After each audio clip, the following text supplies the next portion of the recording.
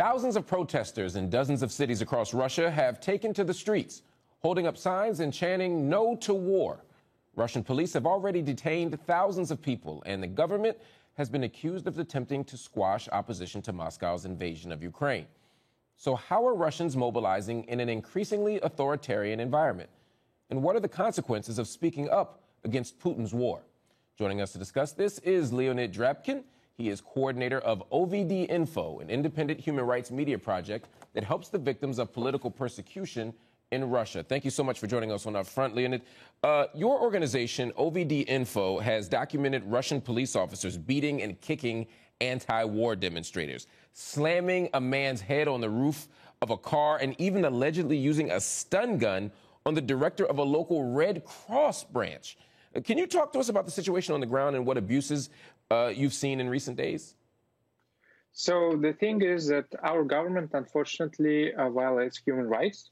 And people who just go on the streets, they are getting detained. And, well, these detentions itself is a big violation of human rights.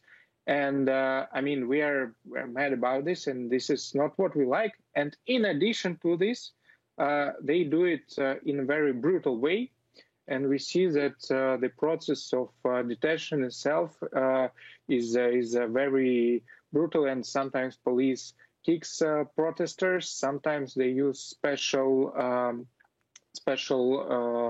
things to electric things just to make them go to a police bus.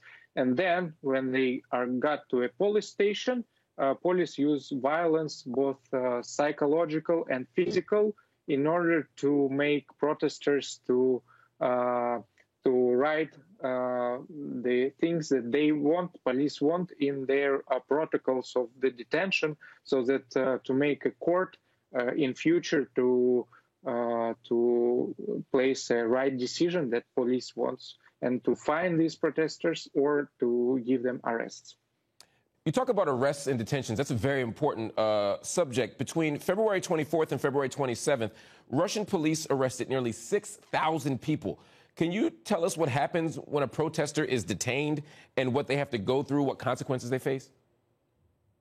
The thing is that this number increases in just every hour.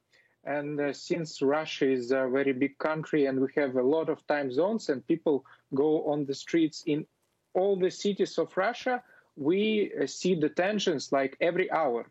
And I can say that I just got new information that as of now, it is not 6,000 but 7,000 people who were detained over the last 7 days. And it's not about one particular day or one particular city. This is very widespread detentions in many cities of Russia, over 100 cities. We know that there were detentions over the last week. And yeah, after being detained, a lot of people got arrests. I can say roughly it's 5 to 10% of those who were detained, they got arrested for several days, for up to 15 days.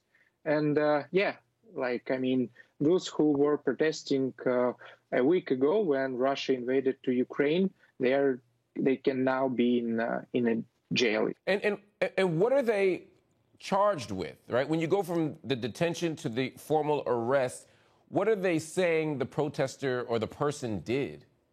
The thing is that Russian legislation is very repressive, and according to Russian law, in order to hold the rally, you need to agree on it with municipal power. You need to get permission from our authorities, and you need to send a special requests. And in most cases, of course, our authorities do not accept these requests. They prohibit these public rallies. And if you go on the street without this permission, it means that you violate a special law which states that you are not allowed to take part in public rally, and this is the reason. And according to this law, you can get a fine if you violate it for the first time. But if you violate it for the second time, you got not only fine, but also arrest for up to 15 or even 30 days in some cases. A 60-year-old protester, her name was Tatiana, told OVD Info that these anti-war protests were the first she had attended since the dissolution of the Soviet Union back in 1991. She said, it's scary, of course, but you have to go out because people are dying. She said, if we don't go out now, how will we look our children in the eyes later? Why are these protests so significant in this moment in time? I think that so what we see now, it's like the most important event in Russian history since the fall of Soviet Union, I guess, and maybe even in more years. And the thing is that people are now dying every day in Ukraine, and nobody knows how many people died. It's definitely thousands of people, but nobody knows how many exactly. And so we need to, well, people think who go to protest, who publish some posts against the war, they just try to stop it. I mean, nobody really cares who will win the war because there is no winner in any war. And in this war particularly, because like our nations are quite, so we have mutual history with Ukraine, and now it's like we are killing each other. This is just insane, and everyone thinks that they should do something in order to prevent further killings. But is there something different, though, Leonid? Is there something different about this moment, though? I mean, there are people who didn't protest last year. There are people who didn't protest 10 years ago. Are things changing? Is the tide turning right now? Yeah, the thing, you're right. There are a lot of new people who are coming on the streets, who it's like the first rally in their life, because this topic really touches everyone, because it's not about really your political views, but many Russians have relatives and friends in Ukraine, and this is just a personal pain that is going on. That's why a lot of people want to go on the street. Internet regulators in Russia have slowed down access to Twitter and Facebook even more so than before, both of which are used to disseminate to the world what's actually happening inside of Russia. Journalists and anti-war activists have been detained, and Human Rights Watch has said, quote, the government is silencing all those who speak out against the war with Ukraine. How is the information war playing out? So I think that informational war is like the crucial one, because, and I can say it because government puts so many efforts to slow down internet. So today, like, I mean, 1 hour ago, another media was closed down in Russia, and the most famous TV channel, independent TV channel, was also closed down. And radio is closed down. And I mean, government spends a lot of efforts. I mean, maybe comparable to what comparable to efforts they spend on the war itself, just to shut everyone down. Because like it's 21st century, and information plays a lot of role. And so, I mean, our organization knows it's very well, because like our motto is information protects, and we believe that the more we disseminate information, the more people are protected. And the government also understand this, and they do their best to shut everyone down. But yeah, I mean, your organization in particular has come under a certain kind of scrutiny from the government. In September of last year, the Russian Justice Ministry added your organization, OVD Info, to its list of foreign agents. What does that classification mean for organizations like yours? And how do you respond to this type of attack? So the thing is that in Russia, yes, there is a list of foreign agents, which means you're enemy of a state. And this make every organization that is in this list to mark their pages, so that every reader of our resources know that we are enemies of a state. And this is not.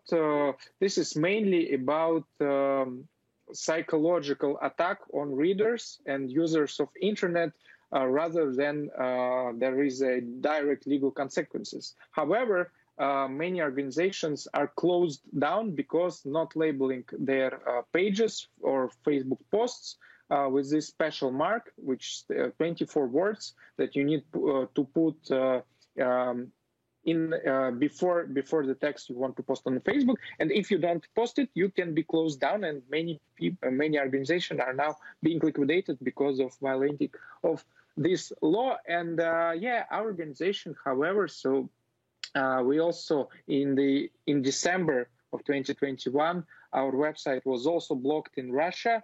And yeah, I mean, we are trying to do our best. I think that we use a lot of our social networks and we have a lot of connection with our beneficiaries, with people who we help to, because like we have a 24-hour-by-7 hotline so that everyone who are detained can call us and tell what's going on with them. And so we have a really good connection with people who we work for. That's why it makes us more stable and more resilient. However, of course, we are also in a danger as any other human rights organization in Russia. Looking ahead, do you feel like this moment could be a turning point? Could it be a game changer for dissent movements in Russia? This is definitely a focal point, and game will be changed, but the question is in what direction.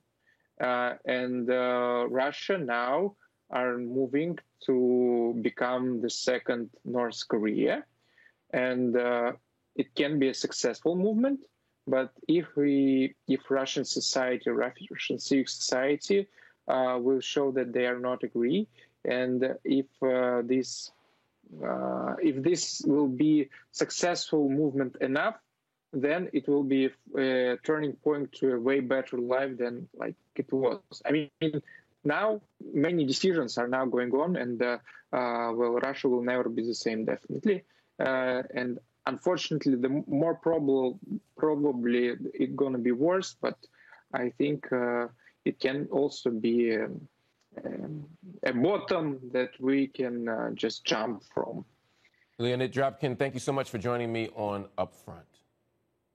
Thank you. Thank you very much.